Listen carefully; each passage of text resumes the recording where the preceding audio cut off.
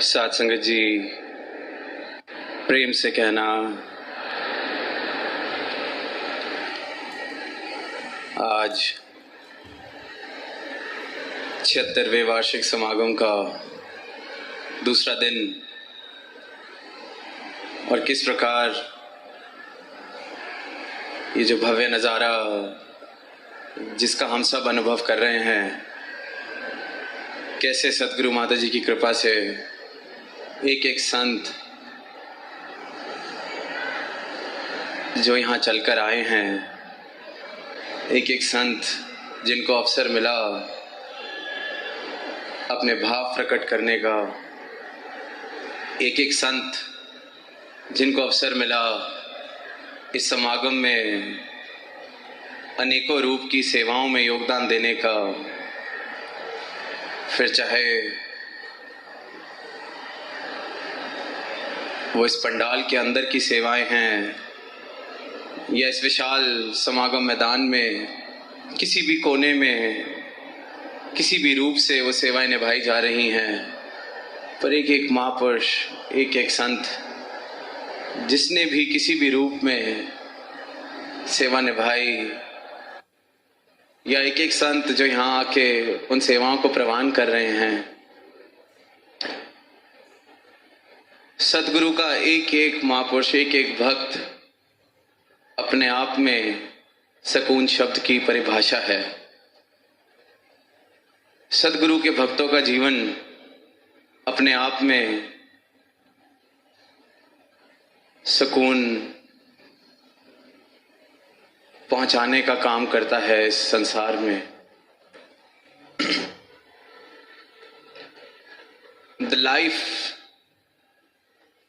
of the devotee, of Sadguru's true devotee, is in itself the personification of the word sukoon, the eternal peace, the peace within that we have been talking about. Life lived as per the Sadguru's directions, commandments, a life that is truly lived with devotion, with utmost devotion, becomes the personification of the very word peace. A peace which is unknown, unheard of by most of this world. A state which the world has started to believe is nothing but a dream which is being sold. A state which is being pursued by many but hardly being achieved by anyone. And in this pursuit, the state of affairs has become such that people have started to give up on the dream of attaining this eternal peace. They have now called it a far-fetched dream being sold by someone, a magic trick being sold by someone. That is the level of hopelessness. That is the level of skepticism that is pervading throughout the world. इंसान ने इस बात पर ही हार मान ली है कि सुकून जैसा कुछ प्राप्त भी हो सकता है, सुकून जैसा कुछ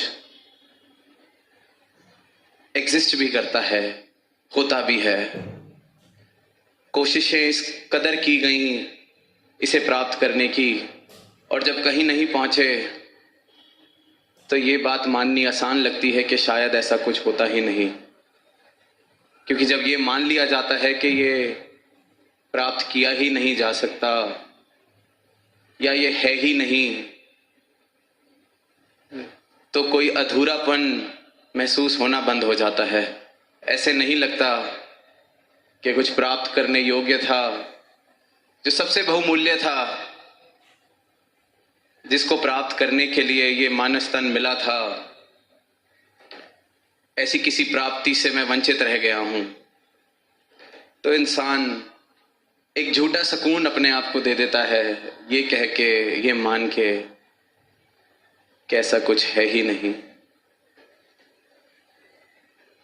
और सुकून जिसने भी प्राप्त किया है, उसकी झलक भी किसी ने अगर देखी है, पाई है, किसी क्षण में भी अगर सुकून का अनुभव किया है, तो सारे के सारे इस बात की गवाही देंगे कि सुकून सदगुरु की कृपा से सत्य को पाकर ही प्राप्त हो सकता है। जीवन में अगर सुकून आ सकता है तो जब जीवन में सत्य आ जाए, जब इस परम सत्य का एहसास जीवन में बस जाए, तो ही सुकून आ सकता है। वरना उससे पहले जो कुछ भी है वो मेरी अपनी बनाई हुई, अपनी बनावटें, अपनी परिभाषा, जिस चीज से मैं राजी हो जाऊं, जिस चीज तक मैं अपनी क्षमता समझूं कि इसको मैं प्राप्त कर लिया तो इसी को कह दूं कि यही सब कुछ है। इसी दौड़ में फिर दुनिया चल रही है। बताना बहुत मुश्किल, समझाना बहुत मुश्किल कि सुकून कहाँ किसे जाता है। वो अक्सर जो बात बचपन से सुनते आए हैं, जब परमात्मा के विषय में कहा जाता है कि गूंगे का गुड़, कैसे बताए गूंगा कि क्या है भक्ति का आनंद, कैसे बताए भक्त कि क्या आनंद मुझे मिलता है इस भक्ति से। कैसे किसी को अपने दिल के भाव वो बताए कि क्या आनंद मुझे मिलता है जब सतगुरु के दर्शन होते हैं, क्या आनंद मुझे मिलता है जब इनकी एक झलक भी प्राप्त हो जाती है। अब उस नज़ारे को देखने के लिए तो वो भक्त वाली आंख, और वो भक्त वाली आंख भी फिर देने वाला ये सतगुरु। अक्सर इतिहास की किताबों में जब प्रेम का जिक्र होता है तो कई सारी ऐसी कहानियां हम बचपन से जिनका जिक्र संगीत में, साहित्य में सुनते आते हैं। उसी में एक बड़ा प्रसिद्ध किस्सा लैला मजनू का भी, और कहा यह जाता है कि मजनू इस कदर लैला के लिए दीवाना कि उसको और कुछ देखना भी पसंद नहीं, कि देखना है तो सिर्फ उसको, नाम सुनना है तो सिर्फ उसका। और सबने जा जाके बस यही कहना कि तू क्यों पागल हुआ बैठा है, वो तो देखने में भी कुछ खास नहीं, कुछ खास गुण भी नहीं। तो मजनू ने सबको यही कहना कि लैला को देखना है तो मेरी आंख से देखना पड़ेगा। मजनू की आंख चाहिए लैला को देखने के लिए। और यही अवस्था हर एक भक्त की है कि इस परमात्मा को देखना है, मेरे सदगुरु की कृपा को देखना है, हर कण में इसको देखना है। तो ये जो आंख इन्होंने मुझे बख्शी है, ये पहले प्राप्त कर लो, ये इससे ले लो। प्रसाद संगत सुकून का जिक्र कर रहे हैं, अनेकों ऐसे एग्जाम्पल्स लिए गए, उदाहरण लिए गए सुकून को बताने के। तो दास के मन में भाव आ रहा था, जब डॉक्टर के पास जाते हैं, सेहत अगर किसी कारण ठीक महसूस नहीं होती तो डॉक्टर इस बात पे समय नहीं गवाता कि स्वास्थ्य कैसा दिखता है, स्वास्थ्य होना क्या होता है। वो पूछता है कि क्या लक्षण है, कहाँ दर्द है, कहाँ बुखार है, क्या चीज़ तुम्हें तंग कर रही है। रोग को हटाने पर जोर दिया जाता है, दवाई उसके लिए दी जाती है। और जब वो रोग हट जाता है, अगर बुखार से पीड़ित थे और डॉक्टर के पास गए और बुखार की दवा दे के बुखार का निवारण हो गया, तो स्वास्थ्य अपने आप प्राप्त हो जाता है। इसी प्रकार सतगुरु भी ये मैं मेरी से दूर ले जाके, ये रोग जिससे मानवता पीड़ित है, मैं का, ऊंच नीच का, जात पात का, छोटे बड़े का, अहंकार का, काम, क्रोध, मोह, लोभ, ये जितने भी शब्द, जितने भी इनके अलग अलग रूप, इन सभी रोगों को मिटा के ये सुकून की अवस्था बख्शते हैं। और जब सुकून जीवन में आना शुरू होता है इनकी कृपा से, तो एक और बात का एहसास कि अभी तक अगर इस सुकून से मैं वंचित था तो उसका कारण सिर्फ और सिर्फ मैं था। मैं था इसलिए तनाव था, मैं हूं इसलिए तनाव में हूं, मैं हूं इसलिए चिंता में हूं, मैं हूं। आज भी सुना कि ये जो दुख का मूल है ये द्वैत का भाव है।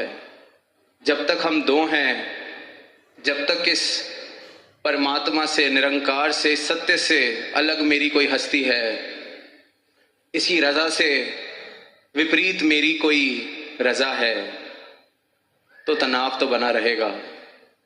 इसलिए कल सदगुरु माता जी ने समर्पण पर इस तरह से आशीर्वाद दिए सारी साध संगत को कि समर्पण से ही सुकून है। और ये भी बताया कि समर्पण सिर्फ इस शरीर के झुकने का नहीं नाम, समर्पण किसी डर की वजह से झुकने को नहीं कहा जाता। समर्पण किसी ऊंचे ओहदे के आगे झुकने को नहीं कहा जाता। ऐसे तो समाज में ऐसी कई पोजीशंस ऑफ पावर हैं, ऐसे कई ओहदे हैं जिनके आगे सारी दुनिया झुकती है। इतिहास को पढ़ के देखते हैं तो ऐसी कई हुकूमतें हुई जिन्होंने पूरे के पूरे देश को झुकाया, पूरी की पूरी कम्युनिटी को झुका दिया, जिसको हम गुलामी का भी नाम देते हैं। पर उस झुकने में सुकून और आनंद बिल्कुल भी नहीं। सुकून सदगुरु ने बताया कि समर्पण से, दास भावना से। और दोनों में फर्क ये कि वहां जोर जबरदस्ती है, वहां डर है, वहां दंड का डर है, क्या परिणाम होगा अगर नहीं झुकूंगा, तो वो शरीर जरूर झुक जाएगा। शायद मैं ताउम्र काम भी इच्छा अनुसार कर लूंगा किसी के, पर जीवन भर वो तनाव, वो रंजिश मेरे दिल में बनी रहेगी। पर जहां ये समर्पण और दास भावना, क्योंकि ये जो झुकना होता है ये सदगुरु के प्रेम के आगे, सदगुरु की इस हस्ती के आगे मैं स्वयं का समर्पण अपनी इच्छा से, अपनी स्वतंत्रता से करता हूं। परमात्मा किसी को जोर जबरदस्ती अपने दर पर नहीं झुकाता, सदगुरु किसी को जोर जबरदस्ती अपने दर पर नहीं झुकाता। ये तो खुद को दास कहते हैं। पर इनके दर पर जो झुक जाता है वो उस परम आनंद को प्राप्त करता है, क्योंकि इनके दर पर झुकना मतलब प्रेम से झुकना। दास भावना मतलब प्रेम से आई गई वो दास भावना, जहां मैंने खुशी खुशी इस बात को पहचान लिया कि मैं तो कुछ हूं ही नहीं। इस बात का एहसास हो गया कि आपने मुझे प्रवान कर लिया, इसी से सारे सुख हैं, इसी से सारा आनंद है। अभी गीत की पंक्तियां भी सुनी कि तेरी चरना दी धूली दे जर्रे मैल दिल दी मेरी धो गए। सारे का सारा सार सुकून प्राप्त करने का इन पंक्तियों में मिल जाता है कि इनके चरणों की धूली से मेरी मैल, मेरी मैं की मैल, मेरा अहंकार, मेरे होने की इच्छा, ये जो बार बार मैं खुद बाधा बन जाता हूं अपने सुकून की, आपकी चरणों की धूली से ये सब मिट जाता है और जो रह जाता है वो सुकून है। हुन तां एक सतगुरु मन विच वसिया, मेरी होशां तो दो मिट गए। ये जो दो से एक की यात्रा है, अब तक तो जो मैं परछाई अपने साथ लेके चलता हूँ, जो हस्ती मैंने अपनी बना ली है, जो ये परछाइयों की लड़ाई में मैं जीत हार के विषय से अपना सुकून खोए चलता हूँ कि मेरी परछाई किसी और की परछाई से छोटी है या बड़ी, मेरी परछाई पर किसी ने पैर रख दिया कोई जानता नहीं मैं कौन हूँ। अभी तो इन्हीं परछाइयों की लड़ाइयों में जब तक मैं फंसा रहूँगा तो सुकून तो जीवन में आ नहीं सकता। और जब ये बात समझ आ गई कि मेरी परछाई, ये जो माया, ये जो भ्रम मैंने पाले हुए हैं, यही कारण है मेरे और सुकून के बीच में बाधा का, तो फिर इनसे भागना नहीं, क्योंकि भागकर भी कहाँ पहुंचेंगे। कहीं पढ़ा दास ने कि कोई इंसान उसको अपनी परछाई से ही फोबिया हो गया, एक डर बैठ गया अपनी परछाई से, तो ताउम्र भागता रहा और भागता भागता ही प्राण छोड़ दिए। उसको कोई मिला नहीं ये बताने के लिए कि परछाई से बचना है तो जाके पेड़ की छाया में बैठ जाओ। और ये जो माया रूपी परछाई हमने अपनी भ्रमों की, अहंकार की, जो कल सदगुरु ने कहा कि इकट्ठा करने में तो पूरी उम्र लगती है, पूरी उम्र से बनाई गई परछाई इतनी बड़ी जो मैं लेके चल रहा हूं, तो वो जो इनकी दो तलियों का ज्ञान है उसकी छाया में जाके ये मिट जाती है, सहज में ही खत्म हो जाती है। तो ये जो जीवन मिला है, ये अवसर मिला है, ये सुकून की अवस्था को प्राप्त करने का, ये सबके हिस्से बराबर आया है। ये कहीं भी भेदभाव नहीं इसमें कि कोई किसी कोटे से, कोई किसी खास पेपर को पास करके इस धरती पर आया है जिसका सुकून को प्राप्त करने का चांसेस ज्यादा हैं। ये सब बराबर एक अवसर लेके आए हैं और ये सतगुरु इसलिए सारे संसार के लिए यही पैगाम, यही परोपकार करते हैं कि जिस अवस्था को प्राप्त कर सकते हो जीवन में उसको कर लो।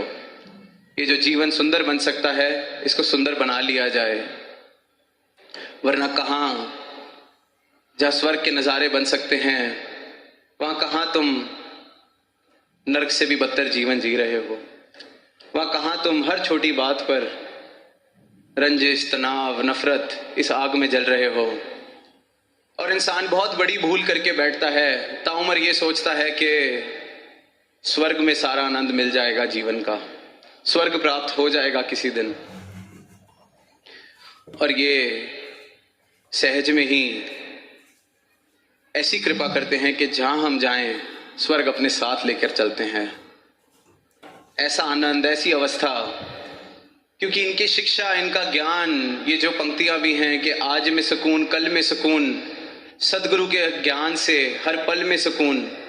तो सदगुरु का ज्ञान जब जीवन में बस जाता है तो इस बात का एहसास जीवन में बस जाता है कि मैं हूं कौन, मैं हूं क्या, कि ये जो परमात्मा का अंश जो मैं हूं, मेरा असल रूप, मैं खुद को फिर ये आत्मा के रूप में इस सत्य के साथ एक मिक बिठाकर जानता हूं।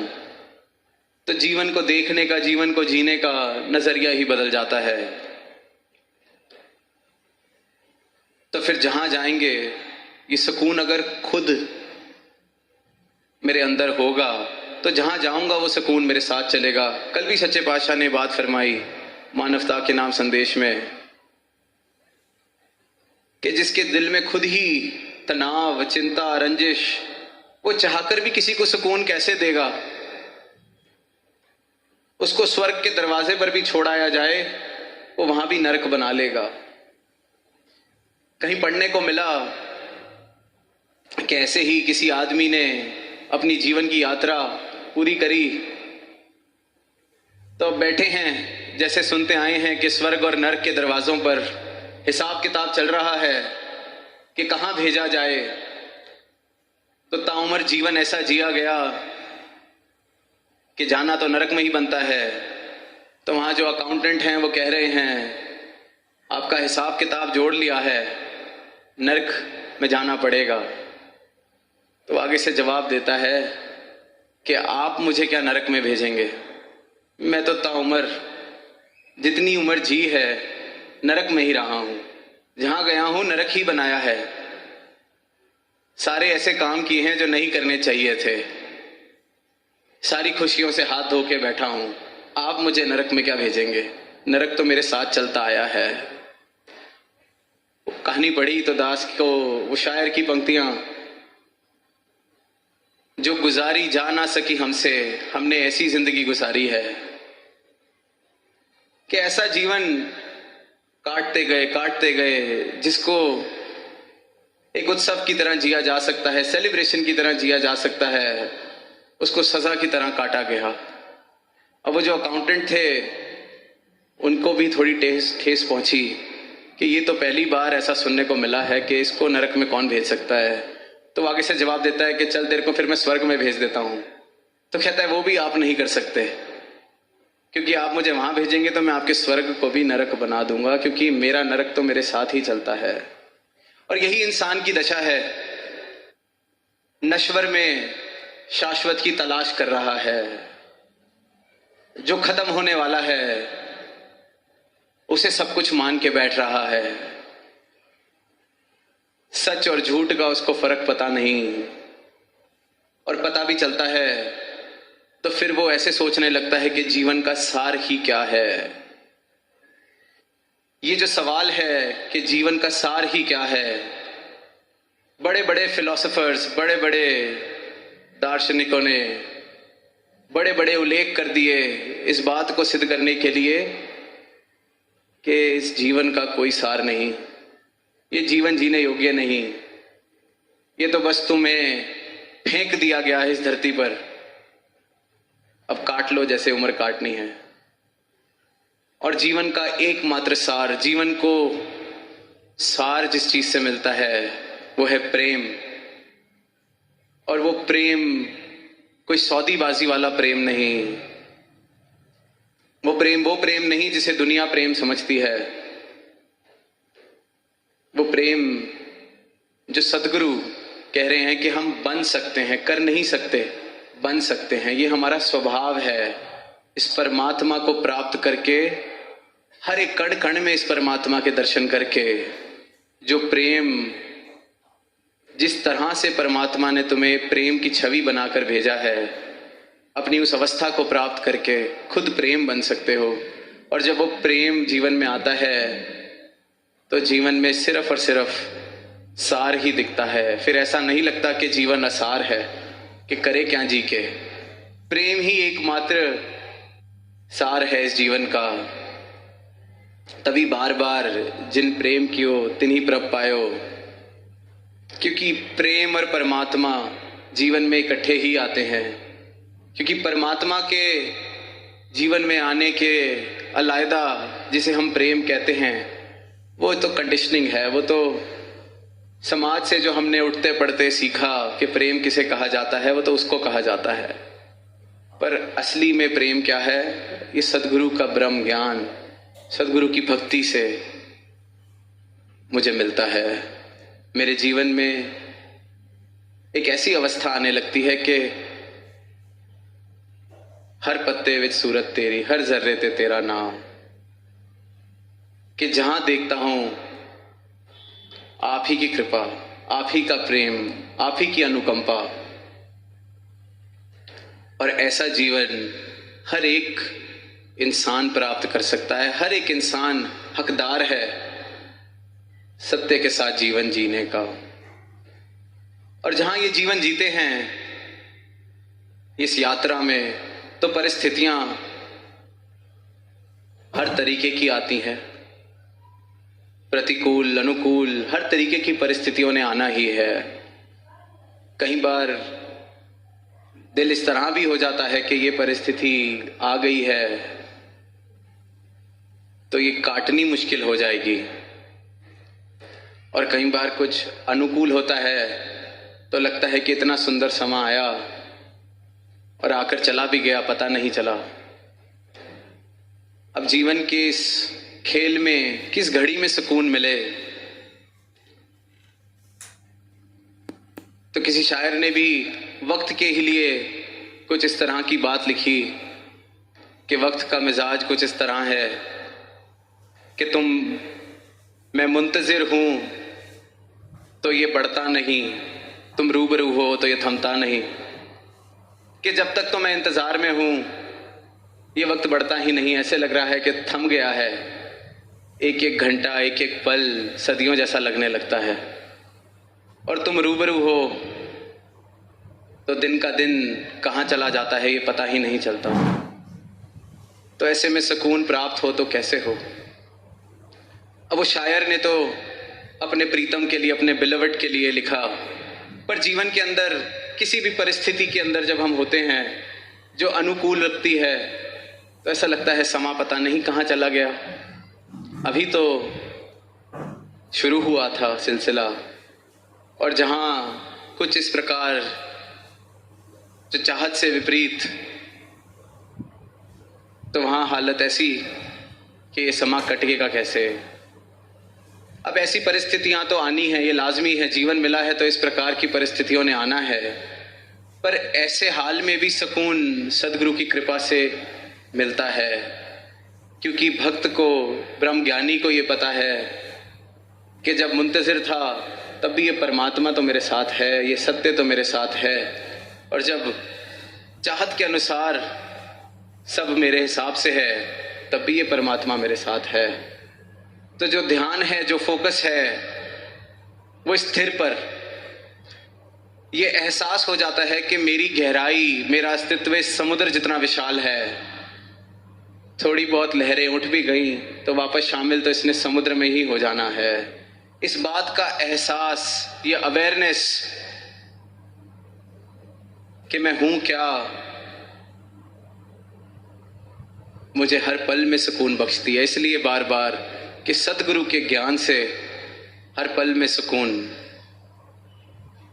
और साथ संगत, ये जो मैं का खेल है, अहंकार का हमारे खेल है, ये किस प्रकार इतने सूक्ष्म तरीके से हमारे सुकून में बाधा बनता है। कई बार हमें ही नहीं इस बात का एहसास हो रहा होता। कोई थोड़ी सी प्रशंसा कर दे तो हम इतने उछलते हैं, इतने खुश होते हैं, और फिर आदी होने लगते हैं इसी प्रशंसा के। लगता है कि ये प्रशंसा तो मिलती रहनी चाहिए, और ये चाहत सिर्फ और सिर्फ अहंकार की है कि प्रशंसा जो मिली थी वो मिलती जाए। और हमें गौर से देखेंगे तो बाद में समझ आएगा कि उस प्रशंसा का वैसे तो कोई मूल्य है नहीं, पर ठीक है, दिल को अच्छा लगता है, मन को अच्छा लगता है, अहंकार खुश होता है। पर वहां भी सहजता को बनाए कैसे रखना है, इस एहसास में कि मैं तो करता हूं नहीं।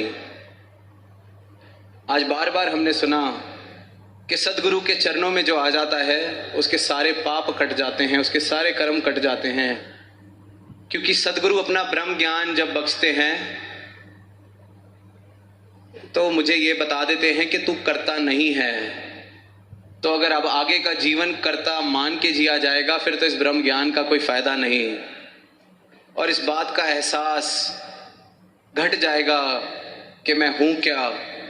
तो फिर अच्छा बुरा कोई कर्म, सही गलत कोई कर्म, मेरे सही गलत की परिभाषा भी फिर मेरी अपनी नहीं। फिर जो सदगुरु ने कह दिया, अक्सर हम कहते हैं दिन को दिन, रात को रात, रात को दिन, सदगुरु जो कह दे हम उसको मान लें। पर वहीं हमारी कंडीशनिंग फिर बीच में आने लगती है, जो मैं पल पल बड़ा होते होते सीखता आया कि क्या सही क्या गलत। अगर कभी कुछ उसके विपरीत मुझे कह दिया जाए तो वहाँ फिर समर्पण मैं नहीं कर पाता। वहाँ मेरा अहंकार या मेरी जो हस्ती जिसको मैंने इकट्ठा किया है इतने सालों से, वो बीच में आकर खड़ी हो जाती है कि बात तालमेल नहीं खा रही। आज कुरुक्षेत्र के मैदान का भी जिक्र हुआ कि किस प्रकार अर्जुन हथियार नहीं उठा पाया, क्योंकि सही गलत कि मैं कैसे अपने परिवार के खिलाफ युद्ध कर सकता हूं, ये तो ठीक नहीं, ये तो नैतिक बात नहीं। फिर जब विराट स्वरूप दिखाया गया, कर्ता भाव को हटा दिया गया, फिर ये बात समझ आई कि जो तुद भावे सोई भलिकार।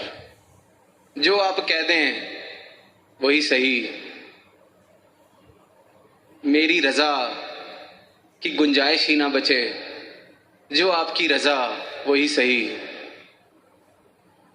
तो सुकून जीवन में आना अनिवार्य है, आएगा ही आएगा, क्योंकि तनाव का कारण ही सिर्फ और सिर्फ मैं हूं। एकमात्र मेरा होना तनाव का कारण है। प्रशंसा की बात हो रही थी। अक्सर ऐसा हो जाता है, कभी अवसर मिला अपने भाव रखने का, गीत गाने का, कविता पढ़ने का, तो महापुरुषों ने उसके बाद कहना कि आज तो आपने कमाल कर दिया, दिल को छू लिया आपके वचनों ने, निरंकार के साथ लिव जुड़ गई आपका गीत सुन के।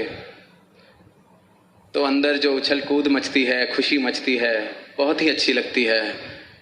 और फिर हम सब क्योंकि संगत जाते हैं, महापुरुष हैं, हमारी वोकैबुलरी एक हमारा जवाब है कि सब इनकी कृपा, ये करवाने वाले, इन्होंने गवा दिया, इन्होंने बुलवा दिया। पर अगली बार जब फिर उससे भी बेहतर बोला और नीचे उतर के किसी ने नहीं कहा कि आपके वचन सुन के आनंद आया, तो मैं कहीं ना कहीं ढूंढने लगता हूं कि कोई तो मिल जाए, थोड़ा सा तो कह दे कि आज भी बहुत अच्छा बोले, ताकि मैं आगे से ये जवाब तो दे सकूं कि इन्होंने बुलवा दिया, इन्होंने कहलवा दिया, इन्होंने गवा दिया। तो ये जो जवाब ये वाला देने की आतुरता कि मैं सदगुरु का नाम ले दूं, मेरी कोई तारीफ हो, तो ये भी मन का खेल, ये भी अहंकार का खेल, जिससे कई बार हम इन छोटी छोटी चीज़ों की वजह से अपना सुकून गवा बैठते हैं कि आज किसी ने कुछ कहा नहीं, आज कोई कमी रह गई। ऐसे छोटे छोटे खेल इंसान खेलता जा रहा है, और जब समझ आएगा कि इस प्रशंसा की कोई कीमत नहीं, मैं करता हूं ही नहीं। और दुनियादारी में भी देखते हैं तो प्रशंसा का कोई मूल्य नहीं। एक महान चित्रकार के बारे में दास पढ़ रहा था, तो उसने किसी विदेश में, एक बड़े शहर में अपने सारे चित्रों का एक एग्जिबिट लगाया, प्रदर्शनी लगाई, और एक चित्र के आगे बहुत भीड़, एक पेंटिंग के आगे बहुत भीड़, बहुत तारीफ चल रही थी एक पेंटिंग की। और जब वो पेंटर, वो चित्रकार खुद अंदर आया, उसने देखा कि एक पेंटिंग के आगे सबसे ज़्यादा लोग खड़े हैं, सबसे ज़्यादा तारीफ सुनने में आ रहा है कि उस पेंटिंग की हो रही है। तो जब वो पेंटिंग के पास पहुंचा तो उसने सबको देखा, सबकी तारीफें सुनी, और फिर पेंटिंग को देखा तो कुछ कहा नहीं, बस वो पेंटिंग गलती से उल्टी लगी हुई थी, उल्टी टंगी हुई थी, उसको सीधा कर दिया। तो वो तो ये भी नहीं समझ पा रहे थे कि हम तारीफ किसकी कर रहे हैं, चीज़ है क्या जो हमारे सामने है। और इंसान इसी तारीफ के लिए अपना सुकून खोए बैठे जा रहा है, इसी प्रशंसा के लिए, इसी मान सम्मान के लिए। मान सम्मान दुनिया का कि कितने हार मेरे गले में डाले गए जब मैं कहीं गया, कितने फूल मुझे पकड़ाए गए, कितने लोग मेरे स्वागत में खड़े थे। ऐसे ही किसी रैली से वापस आकर एक लीडर ने अपने करीबी दोस्त को बड़ी नाराजगी जाहिर की कि आज मज़ा नहीं आया रैली में जाकर। वो कहते क्यों? कहते आज बहुत कम हार डाले गए। कहते नहीं नहीं, 10-12 हार आपके गले में डाले, मैंने खुद देखा है। कहते 20 आदमियों को तो हार खरीद के मैंने दिए थे गले में डालने के लिए, उसमें से भी 10-12 ने ही गले में हार डाले, तो मज़ा नहीं आया।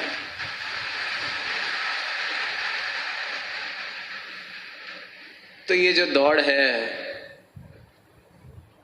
इस झूठी हस्ती को और बड़ा करने की, इस झूठी परछाई को और विशाल करने की, इस सपने को और गहरी नींद में जाकर देखने की, ये सिर्फ और सिर्फ सदगुरु का ब्रह्म ज्ञान जब जीवन में आता है, जब सच और झूठ की परिभाषा, सत्य क्या है ये समझ आता है, तो जीवन सुकून की यात्रा, और जीवन में हमारी यात्रा भी सुकून से होने लगती है। वो कोई एक्सटर्नल स्टिमुलस का वेट नहीं करती, किसी भारी कारण का वेट नहीं करती। इंतज़ार किसी भारी कारण का नहीं है सुकून में रहने के लिए। सुकून ये ऐसा बख्शते हैं कि सुकून मैं बनने लगता हूँ। इनकी कृपा से ऐसा समर्पण मेरे जीवन में आता है कि तू करता तू भया मुझ में रही ना हो, कि मैं हूं ये भाव भी जीवन से कब सहज में खत्म हो जाता है।